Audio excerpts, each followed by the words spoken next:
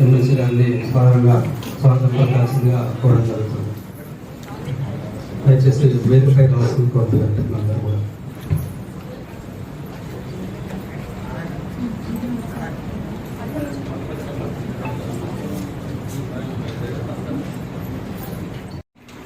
అంశం నెంబర్ 3, పురపాలక సంఘం జగిత్యాల వర్షాకాలం దృష్ట్యా సీజనల్ వ్యాధులు ప్రబలకుండా ముందస్తుగా కెమికల్స్ అనగా బ్లీచింగ్ పౌడర్, లైమ్ పౌడర్, వివిధ పనిముట్లు మరియు కార్మికులకు రెయిన్ కోట్స్, గ్లౌస్ మరియు ఇతరములు కొనుగోలు చేయడం గురించి serial number 1 purchase of bleaching powder 500 bags 8,50,000. Serial number 2 purchase of 4 number dewatering pump sets 2,70,000. Serial number 3 purchase of rain coats, gloves.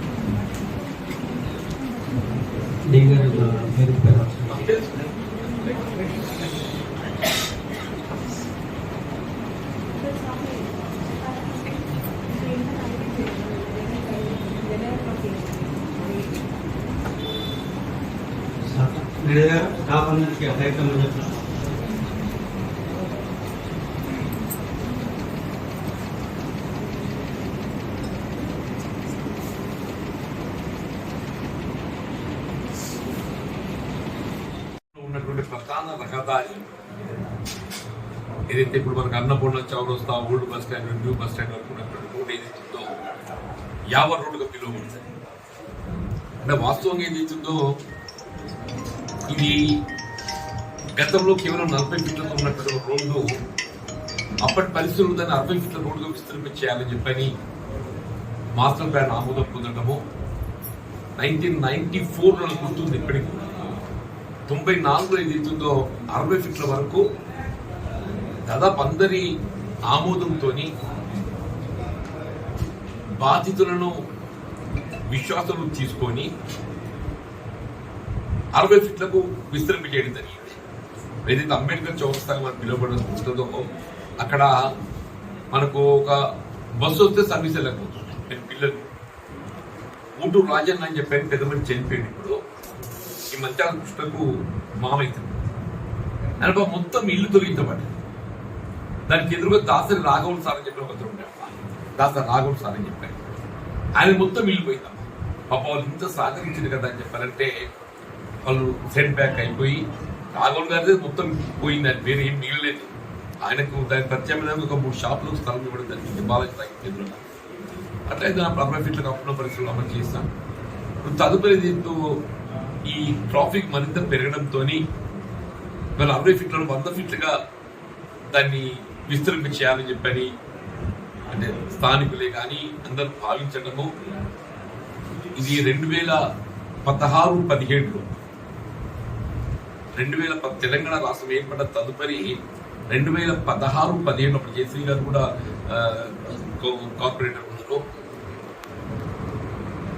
Municipality ఏదైతుందో ఏకగ్రీవంగా తీర్మానం చేసి దాన్ని 100 ఫీట్లుగా విస్తరింప చేయడానికి డైరెక్టర్ ఆఫ్ టౌన్ ప్లానింగ్ ద్వారా ప్రభుత్వం నివేదించింది. డైరెక్టర్ ఆఫ్ టౌన్ ప్లానింగ్ కూడా ఏదైతుందో వాళ్ళు దాన్ని స్క్రూటైన్ చేసి అబ్జెక్షన్స్ కాన్ఫర్ చేసి ఇక్కడి ప్రజా అభిప్రాయం కూడా సేకరించి 100 ఫీట్ల ఆవశ్యకతను అప్పుడు 2017లోనే రాష్ట్ర ప్రభుత్వం నివేదించింది. 2017లో రాష్ట్ర ప్రభుత్వం నివేదించినప్పుడు మున్సిపల్ శాఖ మంత్రులు కేటీ రామారావు గారు ఎదుగుతున్నదో జగిత్యాలకు సందర్భంగా వారికి కూడా మేము అందరూ నివేదించాం. ఇప్పుడు మున్సిపల్ చైర్పర్సన్ విజయలక్ష్మి అందరూ నివేదించారు. ఈ ఆవశ్యకత కూడా మరి దృష్టి తీసుకెళ్ళారు. ఇప్పుడు పార్లమెంట్ సభ్యురాలు కవిత గారు ఉండేది.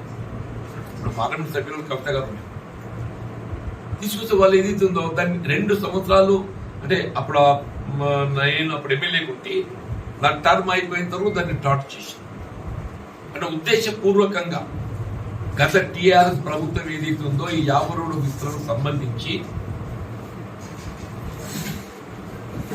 2 సంవత్సరాలు ఏదైతుందో ప్రభుత్వం అనుమతి ఇవ్వకుండా మాస్టర్ ప్లాన్ 100 ఫీట్లకు ఆమోదం తెలపకుండా దాన్ని లైఓవర్ చేయలేదండి, ఫైల్ లైఓవర్ చేయడం జరిగిందని చెప్పండి. సరే 2018 శాసనం ఎన్నికలు ముగియడము, కొత్త మళ్ళా 2వ పర్యాయం కేసుకుంటాం అధికారం రావడము, తదుపరి ఇది అవుతుందో సరే అప్పుడు మళ్ళీ ఫైల్ మూవ్మెంట్ చేసినట్టు చేసి 100 ఫీట్లు ఆమోదం పొందడం జరిగింది గత టీఆర్ఎస్ ప్రభుత్వం. వెల్కమ్ చేసాం, సంతోషంతో బెటర్ దాన్ని ఎవరు అన్నట్టు ఏదైతుందో ఇప్పటికైనా అవుతే సంతోషపడతామని చెప్పి భావించింది. మళ్ళీ ఒక 5 సంవత్సరాలు గడిచి మరి 2018 నుండి మీకు 2023 నవంబర్ వరకు కూడా మనకు గడిచిపోయింది. కేవలం ఏదైతుందో ఎక్కడెక్కడైతే ప్రభుత్వ కార్యాలయాలు ఉన్నాయో కార్యాలయ దగ్గర మాత్రమే దాన్ని విస్తరింపజేసింది. ఎక్కడ కూడా ఏదైతుందో దాన్ని పూర్తి స్థాయిలో ఒక విధమైనటువంటి ఒక దాని ప్లాన్ ఆఫ్ యాక్షన్ ఏదైతుందో ఏ విధమైనటువంటి అది లేకుండా జిగ్జాగ్ ఏదైతుందో ప్రభుత్వ కార్యాలయం దగ్గరనే తొలగించడంతో ఇంతసేపు సభ్యులు అదే ఆందోళన అనేవారు